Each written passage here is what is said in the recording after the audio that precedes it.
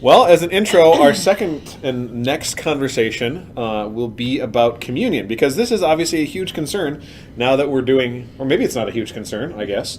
That's the part of the debate is, well, if we're doing communion, if we're doing services, worship online, that works pretty well. You can do music, you can do prayers, you can do pretty much all of it. Passing the peace is a little more challenging, but I know we kind of opened it up for our streaming service just to pass the peace that way. But communion is one that's a little bit tricky, and I know our presiding bishop has shared some thoughts, and you said maybe Bishop Tom shared some recently too. Yeah, a little video today. Right, but it's a debate. We wanted to maybe open it to all of you and hopefully not also get in trouble with our bishop by suggesting anything too heretical. But I think the whole church is wrestling with this question, and we want to do it in a faithful way. We don't just want to make a snap decision either way. But we also know that communion for a lot of folks is a very meaningful thing. Mm-hmm. So, but I don't know. Some of you others can talk about some of the specific challenges or some of the hot button pieces of this conversation. It's been a big conversation for us at first, I can say. It was interesting because we made the decision before Lent to not have communion during Lent at all. So we were already like, oh, we have a few weeks to think about this, but now we have how do we resolve this in any way, shape, or form? Yeah. So, I mean, it's a big deal. Obviously, we only have two sacraments, and we only do the other one once. Yeah. So, yeah, it's I don't know. For us, it's the act of the community coming together. It's us being the body of Christ, and yet, if we can't do those two things, how are we still the body of Christ? Yeah. Yeah. So that's, yeah, and I know that I think actually I saw a post on Facebook from one of our former interim colleagues, Kari Foss. Kari, and she had said that said something to the order of, a lot of us, a lot of pastors, a lot of congregations have been pushing in the last couple decades to sort of return to a model of every week communion, and we say return because obviously we know maybe not obviously, but we know from the ancient church that they would commune every time they met. Mm-hmm. And yet for a number of years and in many different denominations, communion became more and more seldomly practiced. Right. To a couple times a year or once a month or every other week. And so I know when I started here at Bethesda, we had been doing I think every other week. And that was one thing that I had talked with the Worship and Music Committee, and we did surveys and tried to present the idea to the congregation about going to an every week communion. Just because we know people, as long as we all have the people that are here every single week. But if there's someone who's a working parent or is a visitor up to the lake, a tourist, they may not be here on a Sunday that has communion, and I hate for them to miss out on that part of worship. So that's part of the challenge too. Is I think even the presiding bishop or even Bishop Tom maybe had commented about that it's not that we have to do communion every week. Mm-hmm. No, we don't. But a lot of us do like it, and a lot of us have been. That's been a huge challenge in our church, to make that push. And so, well, it's significant to so many people. It means a lot to them, and even if the community is just 2 or 3 people, it's still a community. Yeah. And it's still where 2 or 3 are meaningful. gathered. Yeah. But I like your idea of drive-up communion. Drive-up communion. And I was definitely not my idea. There are plenty of other churches that have had that idea of that, or to have a little because we do send communion out. That's part of our worship service. Right. We do. So you could somehow do a broader sending of communion. This is where the theology gets really weird, because we do make allowances, but how far do you want to push those? And we have this concept, I think, in the church of good order, right? That you do things not necessarily because they fall into a clear theological category, but because you don't want people to get it promotes confused. Order. Yeah. Confused is a good way to phrase it. How do you do it in a way that you're not going to worry that this is not an effective communion? Mm-hmm. holds up to the fact that this is some holy mystery that Yeah. God instituted for us to enjoy and be a part of, and I don't know, it's a physical, tangible thing that we're supposed to experience, but also be mixed in the holy and mysteriousness of being Yeah. Right. in the midst of our faith, in the midst of dying and rising anew every day. And I don't know, it's just Yeah. there's so much there that how do you live into this like Yeah. yeah. One. What's the good confirmation small catechism advice? It's not just the element itself; it's the element And and the word. Yeah, and the word. And so that part works online. You know, and so there are proposals, again, somewhat controversially, of can the pastor during like a live streaming service bless the communion however far away it may be. If that's just a person down the road, if it's a person Oh, halfway across the globe watching you on Facebook Live, does that work? You know, I don't know. wow. I would love to think it could, but I also understand if that would make people uncomfortable. Yeah. I don't know. I'm still wrestling with it myself. Stick with the parking lot. Yeah, I'm struggling too. I keep coming back to this memory I have from seminary, and I can't remember if it was a chapel service or we were just in this group talking, but this West African guy, he was going on and he's like, "You Americans, you just need to set the sacraments free. You're too worried about this is God at work. Yeah. Let God work." Like, it was Yeah. just only, amazing West African accent. Right. Just really powerful. Yeah, I don't do it justice, but it was... Well, I don't think you should try too hard. I won't. No, I no, will don't not. try But too yeah, hard. but it was just I don't know. It was just like you could feel that. Yeah. Like yes, this is God at work. Like why am I trying to get in the way of that? But I also don't want confusion or doubt. So, Yeah, and part of it is what we're all accustomed to. yeah. For so many years, it's just been the same thing. So how does God work through it? I mean, isn't that the whole Yeah. deal here? Yeah. Yeah. I'm trying to think like could we do a marriage ceremony that would be appropriate with a couple in one place and the preacher in another place? Could you officiate online? Remotely, yeah. And Yeah. what's happening between these couples is they're making promises to one another, and those would be just as real whether I was online or in person. And Yeah. I think that's what's going on in the sacrament. God is making promises through the word of promise, and however it comes to you. I mean, that's how it creates faith in you and builds faith in you. Exactly.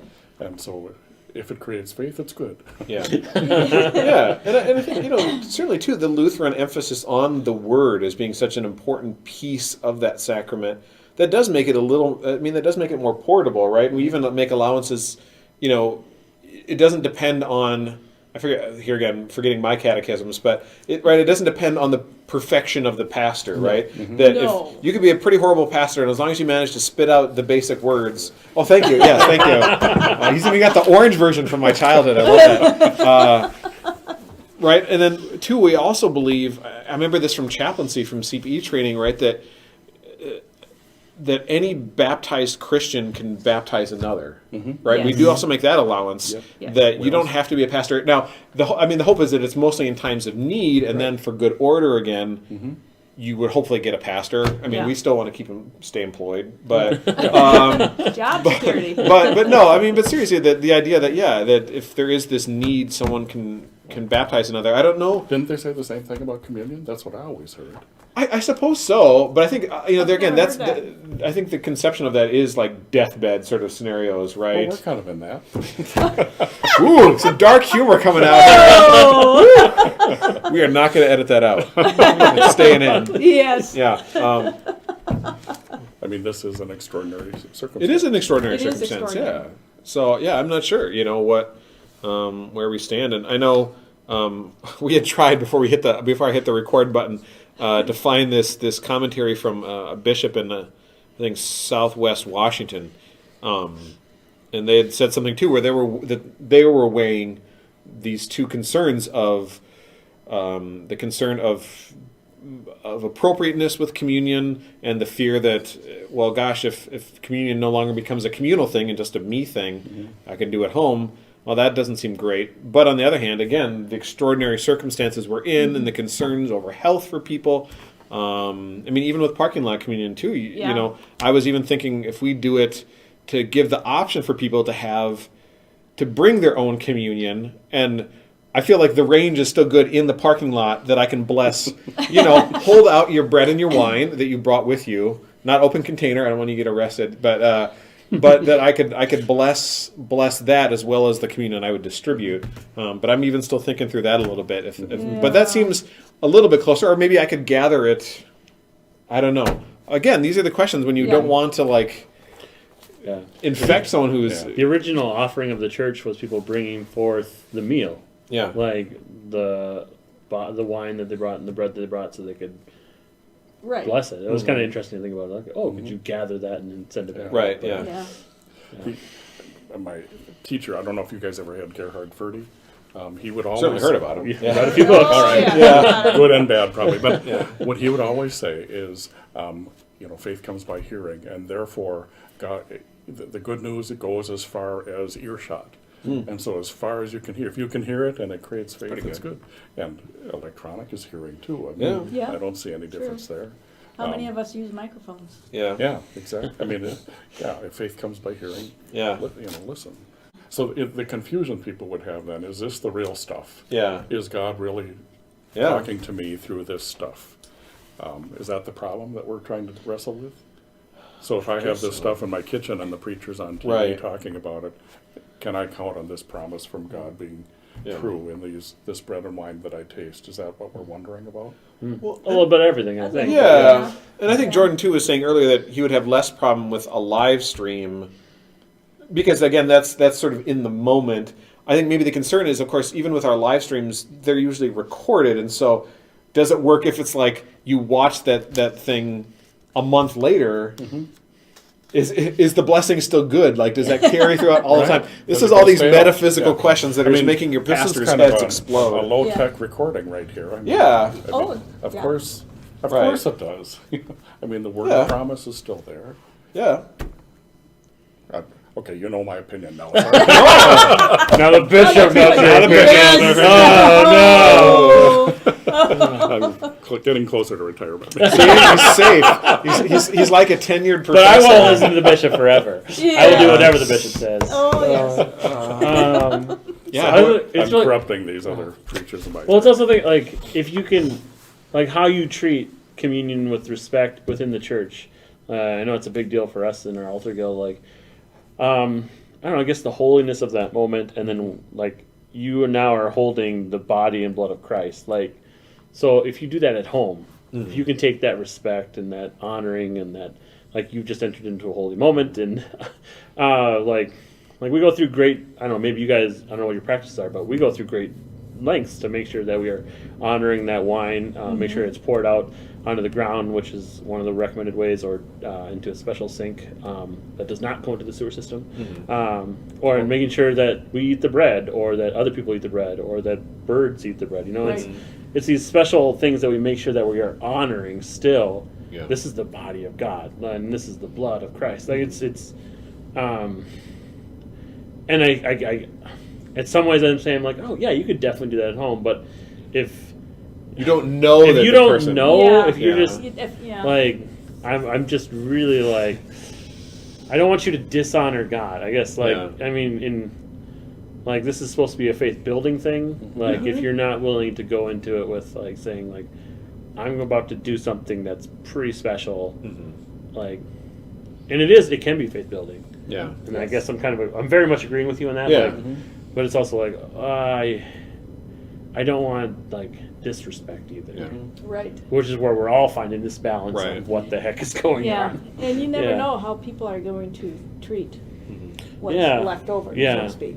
That was kind of the middle-age problem, right? They would take Yeah. the bread, they wouldn't eat it, they'd put it on their mantle, and Yeah. Yeah, Or so bury it in this the is how ground. they Or, follow. yeah. And that's Yeah. none of that. That's why that's why some of those churches develop the spoons, right? That goes directly into the mouth of the communion. We're making sure They put the bread directly they had a into your strap mouth. to make sure they swallow. No, just kidding.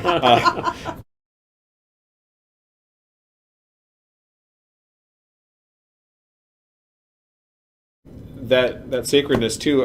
I often think about that also with First Communion too, where I often don't have a policy of a strict. This is the age where you can take First Communion, but I want it to be at whatever that age is that a person approaches it with seriousness and respectfulness. When they So- start asking questions. yeah, What is this exactly. all Yeah. about? So if it's a small child Yeah. that does that, where you can see that they, I often say the most obvious symbol is a kid coming forward and just being sincerely putting that hand out. Yeah. But if you're making a joke about it and they're just like popping it like it's a goldfish cracker, into their mouth in the air, or something like that, then maybe not. But We actually give them. I know. I was just thinking about that. As Totally. yeah, but I mean, but you're teaching them how to treat it respectfully even before, Yeah. Actually, we're not. Oh, okay. I mean, I suppose, but what Right. really, we found kids that were just really upset that they weren't getting Yeah. it, and so that was a way to include them in the community meal. Yeah. Okay. And that's why we did it. Yeah. There's probably lots of other good reasons to Well, do it. but- and that does speak or to not. the reason why people do take it so seriously and why they do miss it when it's not offered. Mm-hmm. Because I mean, I think a lot of you probably have had that same experience of when people reflect on other churches that they've gone to. As a church, the ELCA is pretty open with its communion, but you go to the Missouri Synod Lutheran churches or Catholic churches, and they don't let you have communion, which Right. I understand as a decision, but that can really turn people off. Oh, yeah. Yes. And so again, it just shows how deeply embedded that is in our spiritual practices of needing that regular communion. So yeah, doesn't make it any easier to figure out what to do. No, it doesn't. So Makes so it when you tougher. talk about confusion and communion, we're all there. Yeah, We're all confused. yeah. But well, we'll just send Mike out to do home communions for everybody. With a mask There you on. go. Yeah, with a bio suit and one of those grabbers, those little grabber arms. Here's your bread. Oh, I'll give you my list. Sure. Yeah. Sounds good. Yeah.